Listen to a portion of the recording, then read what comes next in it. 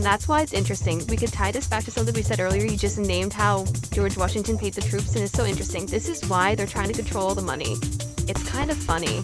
I got told by somebody, I won't say who, but they come to me and they said, Andrew, the reason that they are so threatened by you is because you are a genuine attack on the educational system of nations. The reason they talk about you in British schools do not listen to you is because you're teaching young boys to learn things that actually matter, that actually change their lives, and how to make money online, how to become financially successful. I have 16, 17-year-old kids in my programs making more than their teachers, and they're threatened by that because when you have money, you can resist. There's another big thing we don't talk about. In fact, a lot of mainstream conservatives, which I don't even bother mentioning them, attacked me saying I'm materialistic. I said, listen, if you want to fight a war, you need money. You need money to fight a war. I want all of my fans to be as rich and strong as possible because that makes them good soldiers. It's very hard to resist a vaccine if you need to go to work to pay the rent. You need money to resist these things. I don't think it's very important. I don't think it's mentioned often enough. That's why they're trying to control global finance and trying to restrict it so heavily because they need all of us. No, I totally agree. Just interject here,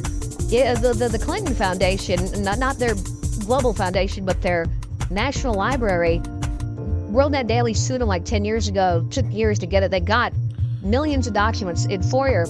And the number one things when the Clintons came in, the Carnegie Endowment and the Ford Foundation, the Rockefeller Foundation, the CIA, was we can't let conservatives or nationalists or nuclear families have money because they are intrinsically common sense and conservative, and they'll form their own communities. And they listed a few little film producing companies and a few magazine companies that were conservative and said we've got to shut them down. Little companies, because they knew the acorn would grow into a mighty tree. And exactly right. One good thing the left is really powerful at is flooding money into their causes because they know. Then they guilt us for trying to build up capital to fight them. And exactly. Quick! That's why I'm rich and you're not. Miss Makeup Bimbo is what 99% of people are when it comes to business. They have an idea and anything you tell them exactly how to do it, they don't do anything.